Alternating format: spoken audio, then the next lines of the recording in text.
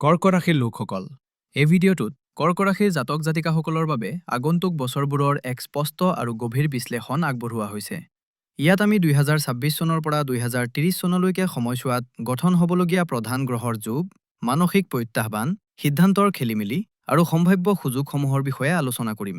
এইটো কোনো সাধাৰণ ৰাশিফল নহয়, বৰঞ্চ পৰৱৰ্তী 5 বছৰৰ দিশ আৰু প্ৰস্তুতি বুজি পোৱাৰ বাবে এক নিৰ্দেশনাহে। আটাইতকৈ প্ৰথম আৰু ডাঙৰ খবৰটো হ'ল শনিৰ ধুয়াৰ প্ৰভাৱ এতিয়া শেষ হৈছে। শনিদেৱ, যি কৰ্ম আৰু ন্যায়ৰ দেৱতা, এতিয়া আপোনাৰ নৱম ভাৱ অৰ্থাৎ ভাগ্যস্থানত বিৰাজমান। আমাৰ তথ্য অনুসৰি 3 জুন 2027 লৈকে শনিদেৱ ইয়াতেই থাকিব। ইয়াৰ অৰ্থ আপুনি বুজি পাইছেনে? ইয়াৰ অৰ্থ হ'ল এতিয়ালৈকে যিবোৰ কাম আবদ্ধ হৈ আছিল, এতিয়া ভাগ্যই সেইবোৰৰ তলা খুলিব। কিন্তু আচল চমৎকাৰ হ'ব 3 জুন 2027 পিছত, যেতিয়া শনিদেৱ মেষ ৰাশিত প্ৰৱেশ কৰিব আৰু আপোনাৰ দশম ভাৱ অৰ্থাৎ কৰ্মভাৱলৈ আহিব। দশম ঘৰটো সিংহাসনৰ, ক্ষমতাৰ। শনিৰ ইয়ালৈ আগমন এইটোৱে ইংগিত দিয়ে যে আপুনি কোনো এটা অতি ডাঙৰ পদ লাভ কৰিবলৈ গৈ আছে। আনহাতে শনি যদি কৰ্ম হয়, তেন্তে গুৰু বৃহস্পতি হ'ল কৃপা। 2026 চনৰ মে মাহত এনে এক ঘটনা ঘটিব যিটো 12 বছৰত মাত্ৰ এবাৰহে হয়। দেৱগুৰু বৃহস্পতিয়ে আপোনাৰ নিজৰ ৰাশি কৰ্ক ৰাশিত প্ৰৱেশ কৰিব। জ্যোতিষৰ ছাত্ৰসকলে জানে যে কৰ্ক ৰাশিত গুৰু উচ্চৰ হয়, আৰু যেতিয়া গুৰু লগ্নত উচ্চৰ হৈ বহে, তেতিয়া হংস মহাপুৰুষ যোগৰ সৃষ্টি হয়। এই যোগে এজন সাধাৰণ ব্যক্তিকো মহান কৰি তোলে। ই আপোনাৰ ব্যক্তিত্ব, স্বাস্থ্য আৰু জ্ঞানক শিখৰলৈ লৈ যাব। আৰু তৃতীয়তে আছে ৰাহু আৰু কেতু। ৰাহু বৰ্তমান অষ্টম ভাৱত চলি আছে, যিটো চিন্তাৰ বিষয়। কিন্তু ভাল খবৰটো হ'ল যে আগন্তুক সময়ত ৰাহুৱে সপ্তম, ষষ্ঠ আৰু তাৰ পিছত পঞ্চম ভাৱত গোচৰ কৰিব। আমাৰ ডাটা ছেট অনুসৰি ৰাহুৰ এই গোচৰে আপোনাক 54 মাহলৈকে কোনো বেয়া ফলাফল নিদিয়ে। বিশেষকৈ যেতিয়া ৰাহু ষষ্ঠ ভাৱলৈ যাব, তেতিয়া তেওঁ আপোনাৰ শত্ৰুক নাশ কৰিব। গতিকে বিগ পিকচাৰটো হ'ল শনিয়ে আপোনাক কাম দিব, গুৰুৱে আপোনাক জ্ঞান আৰু সন্মান দিব, আৰু ৰাহুৱে আপোনাক শত্ৰুৰ পৰা ৰক্ষা কৰিব। এনে সংযোগ অতি বিৰল। বলক এতিয়া আমি এই সময়যাত্ৰা আৰম্ভ কৰোঁ। আমাৰ প্ৰথমটো পৰ্যায় হ'ল 2026 চনৰ পৰা 2027 চনৰ মাজভাগ। ইয়াক মই নাম দিছোঁ দ্য গল্ডেন এৱাকেনিং। কল্পনা কৰক, এজন ৰজা যি দীৰ্ঘদিন ধৰি বনবাসত আছিল, এতিয়া নিজৰ সিংহাসনত বহিছে। 2026 চনৰ মে মাহত যেতিয়া উচ্চৰ গুৰু আপোনাৰ প্ৰথম ভাৱলৈ আহিব, তেতিয়া আটাইতকৈ প্ৰথম পৰিৱৰ্তনটো আপুনি নিজৰ ভিতৰত অনুভৱ কৰিব। যোৱা কেইবছৰমানত যদি আপোনাৰ আত্মবিশ্বাস জোকাৰি গৈছে, যদি আপুনি অনুভৱ কৰিছে যে মানুহে আপোনাক নুবুজে, তেন্তে এই সকলোবোৰ সলনি হ'বলৈ গৈ আছে। গুৰুৱে আপোনাক দিগবল দিব। আপোনাৰ মুখত এক সুকীয়া উজ্জ্বলতা থাকিব। আপোনাৰ স্বাস্থ্য, যিটো শনিৰ ধুয়াৰ বাবে প্ৰভাৱিত হৈছিল, সেয়া পেটৰ সমস্যাই হওক বা মানসিক তেনেই হওক, সেয়া এতিয়া আচৰিত ধৰণে ঠিক হ'বলৈ আৰম্ভ কৰিব। আপুনি নিজকে শক্তিমান আৰু ইতিবাচক অনুভৱ কৰিব। এই সময়ছোৱাত শনিদেৱ মীন ৰাশিত আপোনাৰ নৱম ভাৱত থাকিব। তথ্যই কয় যে এই সময়ছোৱা ৰৈ চলাৰ দৰে হ'ব, অৰ্থাৎ কামবোৰ হ'ব, কিন্তু ধৈৰ্যৰ পৰীক্ষা লোৱাৰ পিছতহে। কিন্তু ইয়াত এটা অতি ডাঙৰ প্লাছ পইণ্ট আছে। গুৰুৰ নৱম দৃষ্টি আপোনাৰ ভাগ্যভাৱত পৰিব, য'ত শনি আগৰে পৰাই বহি আছে। ইয়াক জ্যোতিষত ধৰ্মকৰ্মাধিপতি যোগৰ দৰে প্ৰভাৱ বুলি গণ্য কৰা হয়। যদি আপুনি বিদেশলৈ যাব বিচাৰে, উচ্চ শিক্ষাৰ বাবে চেষ্টা কৰি আছে, বা কোনো মেণ্টৰ বা গুৰুৰ সন্ধানত আছে, তেন্তে 2026 চনটো আপোনাৰ বাবে আশীৰ্বাদ বুলি প্ৰমাণিত হ'ব। বিশেষকৈ যিসকল লোকে শিক্ষাদান, আইন, কনচালটেন্সি বা ধৰ্মৰ ক্ষেত্ৰত আছে, তেওঁলোকৰ নাম চাৰিওফালে বিয়পি পৰিব। এতিয়া আহোঁ সম্পৰ্কৰ কথালৈ। কৰ্ক ৰাশিৰ লোকসকলৰ বাবে এইটো এটা অতি সংবেদনশীল বিষয় হৈ আহিছে। কিন্তু 2026-27 চনত গুৰুৰ সপ্তম দৃষ্টি আপোনাৰ সপ্তম ভাৱ অৰ্থাৎ বিবাহ স্থানত হ'ব। যদি আপুনি বিয়াৰ বাবে অপেক্ষা কৰি আছে, তেন্তে লিখি ৰাখক। 2026 চনৰ মে'ৰ পৰা 2026 চনৰ মে' মাহৰ ভিতৰত বিয়াৰ খানাই বজাৰ 90% যোগ আছে। আৰু সম্পৰ্কটো যেনে তেনে নহয়, বৰঞ্চ এজন সুসংস্কৃত আৰু উচ্চ বংশৰ জীৱনসংগী আপুনি পাব। বিবাহিত লোকৰ সম্পৰ্কত যি তিতা ভাৱ আছিল, সেয়া মিঠালৈ পৰিৱৰ্তিত হ'ব। গুৰুৰ কৃপাত ঘৰত কোনো মাংগলিক কাৰ্য সম্পন্ন হ'ব। বন্ধুসকল, আগবাঢ়ি যোৱাৰ আগতে মই এটা অতি গুৰুত্বপূৰ্ণ বৰ্গৰ সৈতে কথা পাতিব বিচাৰোঁ। আমাৰ মাতৃ আৰু ভগ্নীসকলৰ সৈতে, যিসকল গৃহিণী। প্ৰায় ৰাশিফলত কেৰিয়াৰ আৰু ব্যৱসায়ৰ কথা বহুত হয়, কিন্তু ঘৰখন চম্ভালি ৰখা গৃহ নিৰ্মাতাসকলক পাহৰি যোৱা হয়। কিন্তু কৰ্ক ৰাশিৰ স্বামীয়েই হ'ল চন্দ্ৰ, যি মমতা আৰু ঘৰক। গতিকে আপোনালোকৰ অবিহনে এই ভৱিষ্যৎবাণী অসম্পূৰ্ণ। মোৰ কথা মনোযোগ দি শুনক। যদি আপুনি এগৰাকী গৃহিণী, তেন্তে 2026 চনৰ পৰা 2030 চনলৈকে সময়ছোৱা আপোনাৰ বাবে কেৱল পৰিৱৰ্তনৰ নহয়, বৰঞ্চ সন্মানৰ সময়। আমি এই ভিডিঅ'টোৰ শিৰোনাম সিংহাসন ৰাখিছোঁ, আৰু ঘৰৰ সিংহাসনটো আপোনাৰ ওচৰতেই থাকে। কিন্তু এতিয়া সেই সিংহাসনৰ শক্তি বৃদ্ধি পাবলৈ গৈ আছে। 2026 চনৰ মে মাহত যেতিয়া দেৱগুৰু বৃহস্পতি আপোনাৰ লগ্নত উচ্চৰ হ'ব, তেতিয়া আটাইতকৈ ডাঙৰ পৰিৱৰ্তনটো আপোনাৰ মৰ্যাদাত আহিব। যোৱা কিছু সময়ৰ পৰা যদি আপুনি অনুভৱ কৰি আছিল যে পৰিয়ালত আপোনাৰ মতামত গুৰুত্ব দিয়া হোৱা নাই বা আপোনাক অৱহেলা কৰা হৈছে, তেন্তে এতিয়া সেয়া শেষ হ'ব। 2026 চনত আপোনাৰ বুদ্ধিমত্তাক গোটেই পৰিয়ালে স্বীকাৰ কৰিব। ঘৰৰ ডাঙৰ সিদ্ধান্তবোৰ, সেয়া সম্পত্তি কিনা হওক বা ল'ৰা-ছোৱালীৰ বিয়া হওক, আপোনাৰ সন্মতি অবিহনে নহ'ব। আপুনি ঘৰৰ গৃহমন্ত্ৰীৰ পৰা প্ৰধানমন্ত্ৰী হৈ পৰিব। আপোনাৰ ব্যক্তিত্ব ইমান প্ৰভাৱশালী হৈ পৰিব যে চুবুৰীয়াই হওক বা আত্মীয়ই হওক, মানুহে আপোনাৰ পৰা পৰামৰ্শ ল'বলৈ আহিব। ইয়াৰ পিছত যেতিয়া 2025 চনত গুৰু দ্বিতীয় ভাৱ অৰ্থাৎ ধন ভাৱলৈ যাব, তেতিয়া আপোনাৰ হাতত আৰ্থিক শক্তি আহিব। এইটোৱেই সেই সময় যেতিয়া আপুনি নিজৰ সঞ্চয়ৰ জৰিয়তে ঘৰখনক কোনো ডাঙৰ বিপদৰ পৰা ৰক্ষা কৰিব। যদি আপুনি ঘৰতে বহি কোনো সৰু কাম আৰম্ভ কৰিব বিচাৰে, যেনে টিউচন, বুটিক বা অনলাইন কাম, তেন্তে এই সময়ছোৱা 2027 শ্ৰেষ্ঠ। গুৰু আৰু শনিৰ যুগে আপোনাক ইয়াত বহুত সফলতা দিব। মাত্ৰ এটা কথা মনত ৰাখিব, 2026 চনৰ ডিচেম্বৰৰ পৰা 2028 চনৰ ভিতৰত যেতিয়া ৰাহু সপ্তম ঘৰত থাকিব, তেতিয়া স্বামীৰ সৈতে সৰু সৰু কথাত তৰ্ক হ'ব পাৰে। আপুনি অনুভৱ কৰে যে তেওঁ আপোনাক বুজি পোৱা নাই বা তেওঁ নিজৰ কামত অতি ব্যস্ত। এই সময়ত মৌনতা আৰু ধৈৰ্যই আপোনাৰ অস্ত্ৰ। ৰাহুৰ এই ভ্ৰমক নিজৰ ঘৰৰ শান্তি ভংগ কৰিবলৈ নিদিব। গতিকে গৃহিণীসকল সাজু হওক, আগন্তুক সময় আপোনাৰ। আপুনি কেৱল ঘৰ নচলাব, আপুনি 2030 চনলৈকে আপোনাৰ পৰিয়ালৰ মেৰুদণ্ড হৈ ধৰা দিব। এতিয়া আমি সময়চক্ৰটো আগবাঢ়ি যাওঁ। আমি 2027 চনৰ জুনৰ পৰা 2028 চনৰ মাজভাগত আহি পাইছোঁ। বন্ধুসকল, যদি 2026 চন নাম উপাৰ্জন কৰাৰ বছৰ আছিল, তেন্তে 2027 চন দাম অৰ্থাৎ পইচা উপাৰ্জন কৰাৰ বছৰ।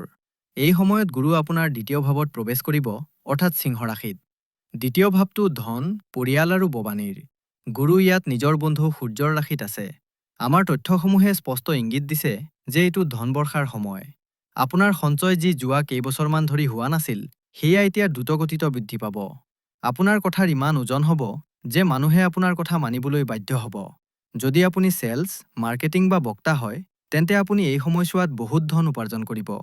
লগতে যদি পৰিয়ালত সম্পত্তিলৈ কোনো বিবাদ চলি আছিল, তেন্তে গুৰুৰ কৃপাত সেইটো সমাধান হ'ব আৰু সিদ্ধান্ত আপোনাৰ পক্ষত হ'ব পাৰে। কিন্তু প্ৰতিটো মুদ্ৰাৰ দুটা পিঠি থাকে। একে সময়তে অৰ্থাৎ 2026 চনৰ ডিচেম্বৰৰ পৰা 2028 চনৰ জুনৰ ভিতৰত ৰাহু আপোনাৰ সপ্তম ভাৱত গোচৰ কৰি থাকিব। এয়া এক বৈপৰীত্য। এফালে গুৰুৱে ধন দিছে, আনফালে ৰাহুৱে সম্পৰ্কত সন্দেহ সৃষ্টি কৰিছে। সপ্তম ভাৱত ৰাহুৱে আপোনাক ব্যৱসায়ী বনাব। আপুনি ব্যৱসায় বঢ়াব বিচাৰিব, নতুন ৰিস্ক ল'ব বিচাৰিব। এয়া ভাল।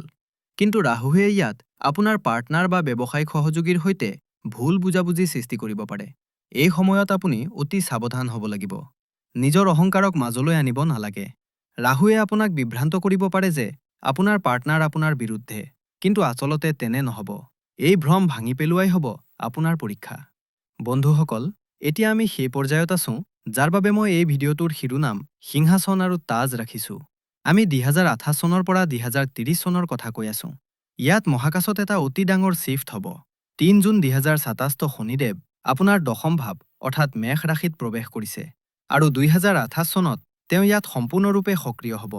এতিয়া আপুনি ক'ব যে মেষ ৰাশিত শনি নিচৰ হয়, তেন্তে এয়া কেনেকৈ ভাল হ'ল? এয়াই জ্যোতিষৰ ৰহস্য। দশম ভাৱত শনি যদিও নিচৰ হয়, কৰ্ক ৰাশিৰ লোকৰ বাবে তেওঁ ৰাজযোগৰ কাৰক হৈ পৰে। কিয়? কাৰণ দশম ভাৱটো কৰ্মৰ আৰু শনি কৰ্মৰ কাৰক। শনিয়ে ইয়াত আপোনাক ক'ব আৰাম-হাৰামহে। 2028 চনৰ পৰা 2030 চনৰ ভিতৰত আপোনাৰ কামৰ বোজা অত্যাধিক বৃদ্ধি পাব। কিন্তু ভয় নাখাব, এইটো সেইটো বোজা যিয়ে আপোনাক শক্তিশালী কৰি তুলিব। যিসকল লোকে পদোন্নতিৰ বাবে অপেক্ষা কৰি আছিল, তেওঁলোকে পদোন্নতি পাব, কিন্তু তাৰ সৈতে বহুত ডাঙৰ দায়িত্বও আহিব। আপুনি এনে এটা পদ লাভ কৰিব পাৰে য'ত আপুনি বহুতো মানুহক পৰিচালনা কৰিবলগীয়া হ'ব পাৰে। আমাৰ তথ্য অনুসৰি এই সময়ছোৱাত নিবনুৱাসকলে চাকৰি পোৱাৰ 100% সম্ভাৱনা আছে। কাৰণ শনিয়ে দশম ঘৰত বহি আপোনাক খালি বহি থাকিবলৈ নিদিয়ে। শনিৰ দৃষ্টি চতুৰ্থ ভাৱত থাকিব, যাৰ অৰ্থ হ'ল আপুনি ঘৰৰ পৰা দূৰলৈ যাবলগীয়া হ'ব পাৰে বা আপুনি নতুন ঘৰ বা অফিচ কিনিব পাৰে। এই সময়ছোৱাৰ আটাইতকৈ আনন্দৰ কথাটো হ'ল যে 2028 চনৰ জুন মাহত ৰাহু আপোনাৰ ষষ্ঠ ভাৱলৈ আহিব। জ্যোতিষশাস্ত্ৰই কয় যে ৰাহু চথে ৰিপু নাশে, অৰ্থাৎ যেতিয়া ৰাহু ষষ্ঠ ভাৱত থাকে তেতিয়া শত্ৰুৰ বিনাশ হয়।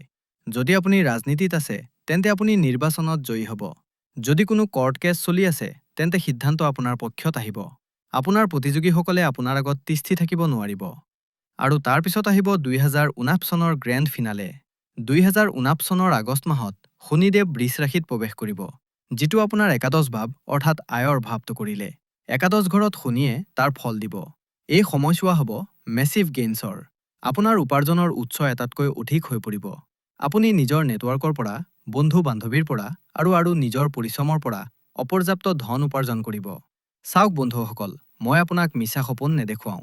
ৰাস্তাটো যিমানেই ধুনীয়া নহওক কিয়, স্পীড ব্ৰেকাৰটো আছিবই। এই 5 বছৰীয়া যাত্ৰাত কিছুমান তাৰিখ আৰু সময় এনেকুৱা আছে য'ত আপুনি অতি সাৱধানে চলিব লাগিব। অনুগ্ৰহ কৰি এইবোৰ নোট কৰি লওক। দ্বিতীয়তে, 2026 চনৰ ডিচেম্বৰৰ পৰা 2028 চনৰ জুনৰ ভিতৰত যেতিয়া ৰাহু সপ্তম ঘৰত থাকিব, তেতিয়া আপোনাৰ আৰু আপোনাৰ জীৱনসংগীৰ মাজত তৃতীয় ব্যক্তি বা সন্দেহৰ বাবে ফাট মেলিব পাৰে। আপুনি অতি পৰিপক্কতা দেখুৱাব লাগিব। মনত ৰাখিব, এয়া ৰাহুৰ ভ্ৰমহে, বাস্তৱ নহয়। তৃতীয়তে, 2028 চনৰ পৰা 2030 চনৰ ভিতৰত যেতিয়া শনি দশম ভাৱত থাকিব, তেতিয়া তেওঁৰ পোনপটীয়া দৃষ্টি আপোনাৰ চতুৰ্থ ভাৱ অৰ্থাৎ মাতৃৰ ঘৰত পৰিব। এই সময়ছোৱাত মাতৃৰ স্বাস্থ্যৰ অৱনতি ঘটিব পাৰে। তেওঁক সময়ে সময়ে ডাক্তৰক দেখুৱাই থাকিব। আৰু শেষত, যেতিয়ালৈকে ৰাহু অষ্টম ভাৱত আছে অৰ্থাৎ 2026 চনলৈকে বাহন অতি সাৱধানে চলাব। আঘাত পোৱা বা পৰি যোৱাৰ ভয় থাকিব। সমস্যা থাকিলে সমাধানো আছে। আমাৰ ঋষিমুনিসকলে গ্ৰহৰ শক্তিক সন্তুলিত কৰিবলৈ অতি সঠিক উপায় দি গৈছে। কৰ্ক ৰাশিৰ লোকসকল, এই 5 বছৰক শ্ৰেষ্ঠ কৰিবলৈ আপুনি এই 3টা কাম নিশ্চয় কৰিব লাগে। প্ৰথম উপায়, দেৱগুৰু বৃহস্পতিৰ বাবে। কাৰণ 2026 চনত গুৰু উচ্চৰ হৈ আছে, আমি তেওঁৰ শক্তি বৃদ্ধি কৰিব লাগিব। যদি আপোনাৰ কুণ্ডলীয়ে অনুমতি দিয়ে, তেন্তে এজন ভাল জ্যোতিষীক দেখুৱাই এটা ভাল মানৰ পোখৰাজ, য়েলো চেফায়াৰ, শনিবাৰে কোনো দৰিদ্ৰ বা শ্ৰমিকক আহাৰ খুৱাওক আৰু সন্ধিয়া প্ৰাং প্ৰিং প্ৰং শনৈশ্বৰায় নম জপ কৰক। তৃতীয় উপায়, ৰাহুৰ শান্তিৰ বাবে। ৰাহুৰ ভ্ৰম ভাঙিবলৈ ভগৱান শিৱৰ আশ্ৰয় লওক। দৈনিক বা অতি কমেও সোমবাৰে শিৱলিংগত জল অৰ্পণ কৰক আৰু নমঃ শিৱায় জপ কৰক। লগতে হনুমান চালিচা পাঠ কৰিলে আপোনাক সকলো ধৰণৰ ভয় আৰু নেতিবাচকতাৰ পৰা আঁতৰাই ৰাখিব। গতিকে বন্ধুসকল, এয়া আছিল কৰ্ক ৰাশিৰ 2026 চনৰ পৰা 2030 চনলৈকে মহাবিশ্লেষণ। মনত ৰাখিব, সিংহাসন তেওঁহে পায় যি ইয়াক চম্ভালিবলৈ যোগ্য হয়। যোৱা 3 বছৰৰ সংগ্ৰামে আপোনাক যোগ্য কৰি তুলিছে আৰু এতিয়া আগন্তুক 5 বছৰে আপোনাক তাৰ পুৰস্কাৰ দিব। নিজৰ প্ৰস্তুতি সম্পূৰ্ণ ৰাখক, মন চাফা ৰাখক আৰু কৰ্ম কৰি যাওক। 2030 চনলৈকে আপুনি যিটো স্থানত থাকিব, পৃথিৱীয়ে আপোনাক চাব। যদি এই ভিডিঅ'টোৱে আপোনাক অলপ হ'লেও সাহস দিছে, তেন্তে ইয়াক লাইক নিশ্চয় কৰিব। আপোনাৰ কৰ্ক ৰাশিৰ বন্ধু-বান্ধৱী আৰু পৰিয়ালৰ সৈতে শ্বেয়াৰ কৰক। হয়তো তেওঁলোকক এই নিৰ্দেশনাৰ অতি প্ৰয়োজন হ'ব পাৰে। আৰু হয়, এনেধৰণৰ জ্ঞানবৰ্ধক ভিডিঅ'ৰ বাবে আমাৰ চেনেলটো ছাবস্ক্ৰাইব কৰিবলৈ নাপাহৰিব। কমেণ্ট বক্সত জয় শ্ৰী ৰাম বা হৰ হৰ মহাদেৱ লিখি নিজৰ উপস্থিতি নিশ্চয় জনানকে। অতি সোনকালে আকৌ এটা নতুন ভিডিঅ'ত লগ পাম। তেতিয়ালৈকে হৰ হৰ মহাদেৱ।